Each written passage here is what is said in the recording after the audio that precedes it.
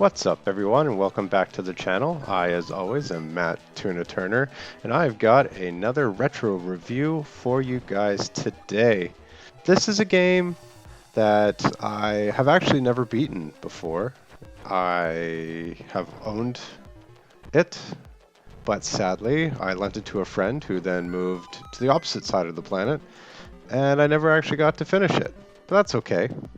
I'm older now, I have some disposable income, so I was able to purchase this game on my own. Isn't that special? Why don't I stop waffling and why don't we dust off those Discmans and send it back to the early 90s for this week's review of the Legend of Zelda Link's Awakening on the Game Boy Color.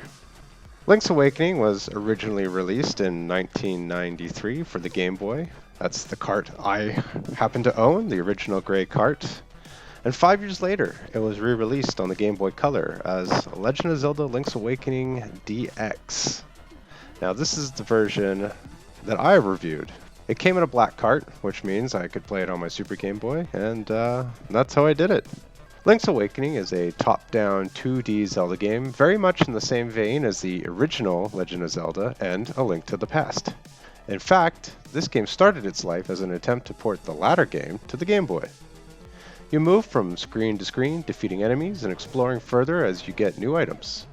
Even with those roots in mind, this game marks the first time Nintendo has made a serious departure from the main themes of Zelda. Gone is Hyrule, Zelda, and the Triforce. Despite that, the gameplay is most similar to the original Legend of Zelda. You're able to explore the overworld as much as you want.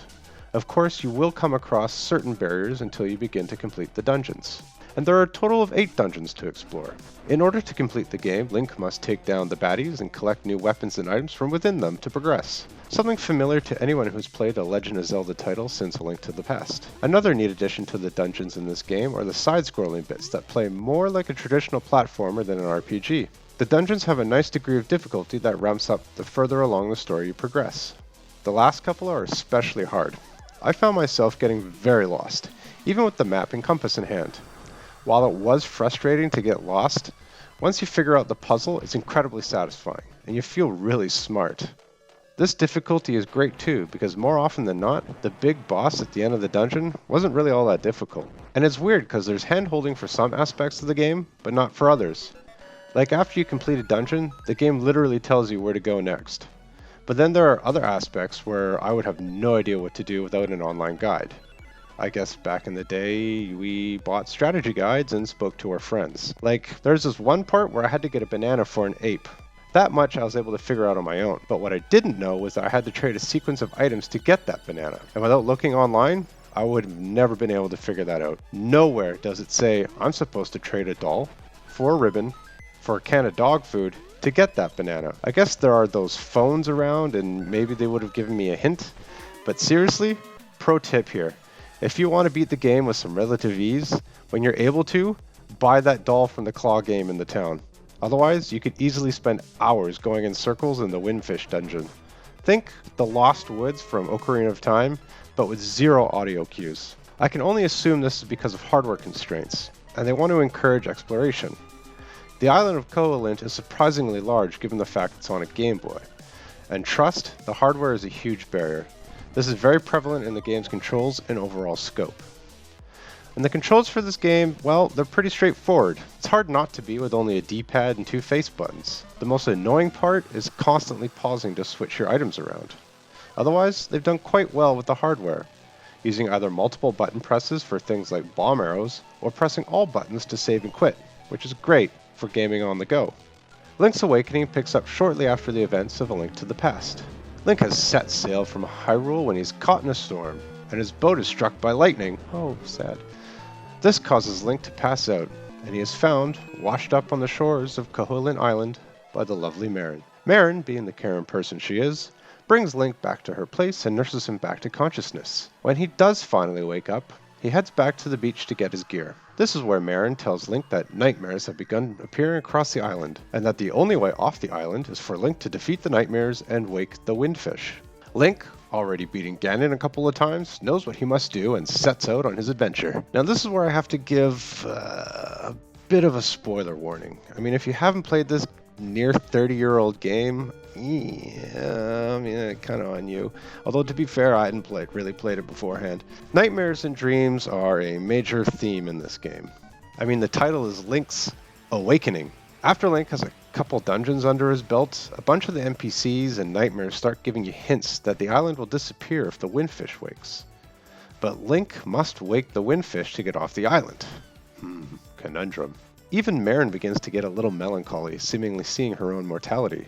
It actually kind of turns dark towards the end, because as you approach the last dungeon, you do find out that it is indeed all a dream, and the wonderful cast of characters you met along your journey will all disappear.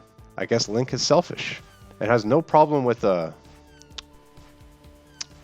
certain G word that I don't really want to say for fear of being flagged. Because he continues onward and eventually does awaken the windfish. This ending is actually kind of a downer, especially since Link literally just wakes up on the remnants of his boat, seeing only glimpses of the windfish, wondering if it all was really just a dream. And then we roll credits. The game itself can be beaten in less than 15 hours, unless you get stuck on the trading sequence or must find every single secret. There are people out there.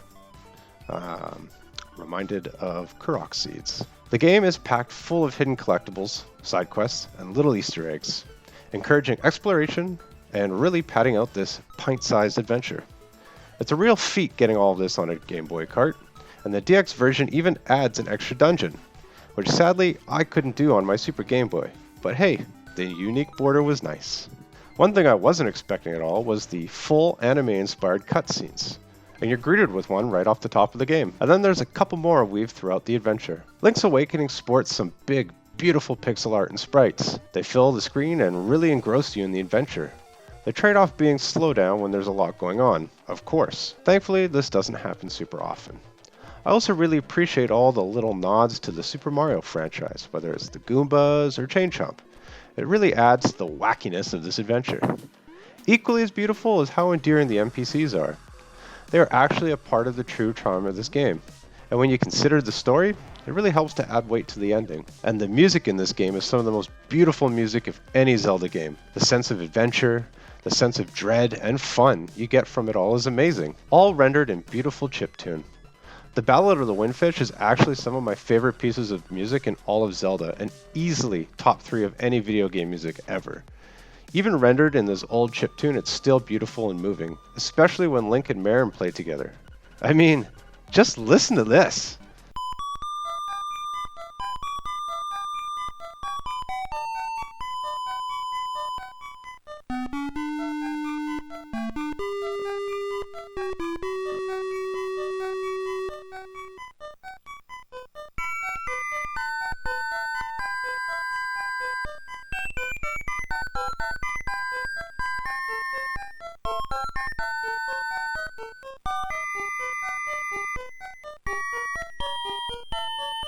All of this shows just how much TLC went into this little Game Boy title. Pushed against some real hardware constraints, the developers at Nintendo delivered a crazy and wild, yet true to form and sometimes borked, to be fair, adventure worthy of the Legend of Zelda name.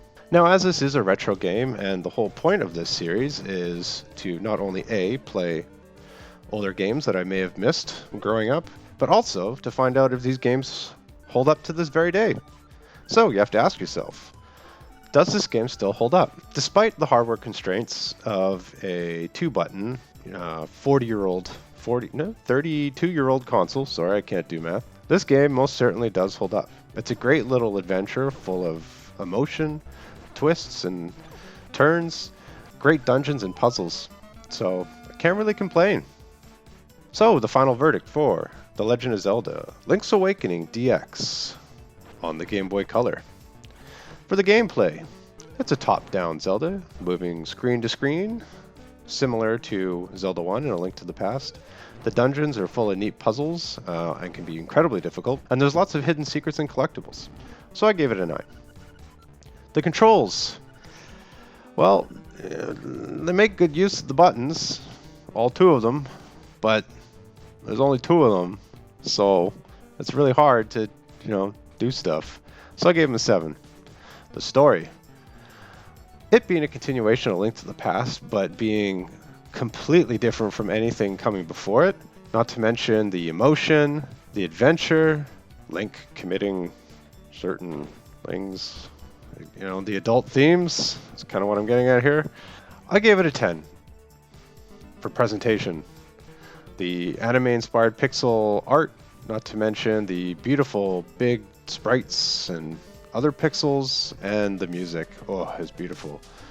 But certain hardware constraints kind of brought it down a little bit. So I gave it an 8. And does it still hold up today?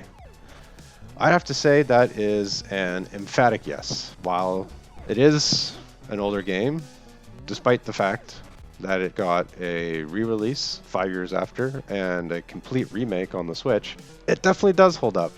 So I gave it a 9.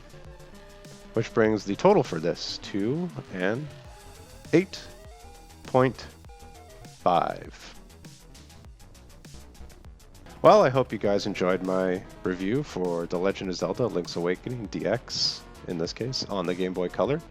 It was a black cart, so I was able to play it on my Super Game Boy. Too bad I couldn't do the color dungeon, which is the extra one they added. But they did have that on, they did include that in the Switch version, so I'll at least get to play it there, because I do own that. And I think I'm going to play that next, and I'm going to do a little side-by-side comparison. I think that'll be fun. If you do like this content, please, go rummaging through your parents' basement to find that subscribe button, and do hit it. And do maybe ring the little bell for notifications, kind of like an old Discman would ring when you skip it. I'm really reaching for these, aren't I? But yeah, it really helps the channel if you do those things, especially the little notification bell, because I do try and post things with a regular cadence, but it's not always possible. It's really hard when it's just one person, and I have work and a social life is, well, not really with COVID, but I do have, other things to do, so sometimes it eats into my editing and gaming time. But you guys can look forward to a review of the Switch version for this soon, and perhaps a little comparison coming in the future. And until next time, love you, bye.